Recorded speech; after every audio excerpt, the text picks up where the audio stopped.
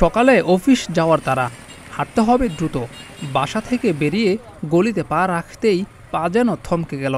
হাঁটার চেয়ে বেশি নজর, বেশি মনোযোগ তখন অটোরিকশার উপর। মনোযোগ না রেখেই উপায় কি? রাস্তা তো সব তাদেরই দখলে। কিশোরগঞ্জ জেলা শহরে এমনই চিত্র প্রতিদিনের।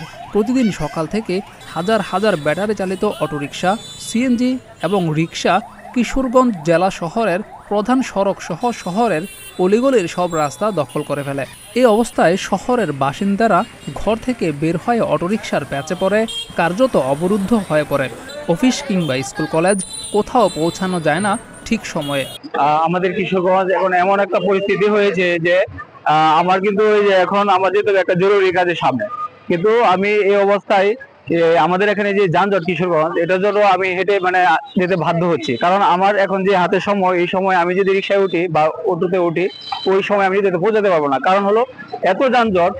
সকাল 9টা থেকে রাত 12টা পর্যন্ত এই যানজটের কারণে আমরা আমাদের যে কাজ এবং সময়, ওই দুটা কোনোভাবে একসাথে করতে পারছি না। খোঁজ নিয়ে জানা গেছে, ভোর থেকে কিশোরগঞ্জ সদর উপজেলার 11টি ইউনিয়ন এবং জেলার উজান এলাকার 8টি উপজেলা থেকে প্রায় 10,000 ব্যাটারি চালিত রিক্সা, অটোরিকশা এবং সিএনজি চালিত বিভিন্ন যান শহরে ঢুকে পড়ে।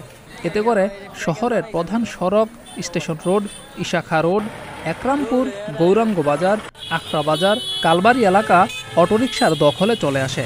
এমন অস্বাভাবিক পরিস্থিতিতে ঘর থেকে বের হলেই পৌরবাসী চরম দুর্ভোগে পড়েন। কিশোরগঞ্জ শহরে আসলে যানজটের জন্য অনেক সমস্যা। বিশেষ করে আমাদের যে কাছারি বাজারের মোড় থেকে গৌরাঙ্গ বাজারের দিকে গেলে 5 মিনিটের রাস্তা, কিন্তু আমাদের আধা ঘন্টায় দেখা যায় আমরা পৌঁছতে পারি না। এটা আসলে সময়ের অনেক অপচয় হয়। বিশেষ করে বিভিন্ন যানবাহনে রুগীরা থাকে, এই রুগীদের নিয়ে যাওয়ার সময়ে এই যানজটে অনেক সমস্যার সৃষ্টি হয়। আমি আজকে বলবো যারা সংশ্লিষ্ট আছেন তারা সকলেই যেন একটু উদ্যোগ নিয়ে কিশোরগঞ্জের যানজট সমস্যাটা নিরসন করে। পৌর কর্তৃপক্ষ এবং জেলা প্রশাসন সূত্রে জানা গেছে, প্রায় 5 বছর আগে জেলা প্রশাসন, পৌরসভা এবং গণ্যমান্য ব্যক্তিদের মতামতের ভিত্তিতে শহরে 600 অটোরিকশা চলাচলের অনুমোদন দেওয়া হয়।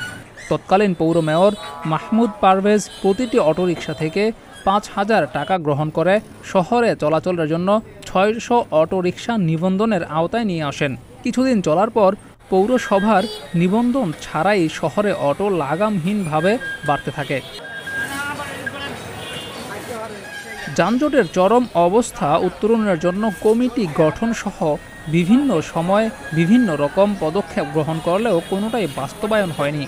রাত 12টার আগে শহর কখনো যানজটমুক্ত হয় না। এ বিষয়ে কিশোরগঞ্জের পুলিশ সুপার মোহাম্মদ হাসান চৌধুরী জানান, যথাযথ কাগজপত্র নেই এমন সব যানকে আটকে দেওয়া হচ্ছে। যানজটের বিষয়ে আপনারা দেখেন, আমরা সবসময় আপনাদের সাথে মিটিং করেছি, সবাইকে সবসময় সচেতন করছি।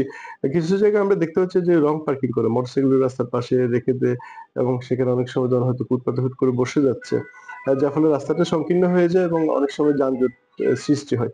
এ বিষয়ে আমরা একত সচেতনতা সৃষ্টি করছি এবং এর সাথে আমাদের টিম কাজ করছে যে ফুটপাতে যাতে না বসে সেই বিষয়ে আমরা অবসান করছি এবং যাতে রং পার্কিং না করে, সেভাবে রং পার্কিং করলে আমরা আইনগত ব্যবস্থা নিচ্ছি। এবং আমি সম্মানিত যারা করেন বা রাখেন মোটরসাইকেল বা এগুলো বসে, তাদেরকে বিনীতভাবে বলবো একটু যাতে যানজটটা না হয়। এটা আপনাদের সবার দায়িত্ব আছে, আমরা সকলের দায়িত্ব, সকলে মিলে যাতে একটু যানজট মুক্ত রাখতে পারি। এই ভয়ানক যানজট থেকে এখন স্বস্তির উপায় খুঁজছে সাধারণ মানুষ।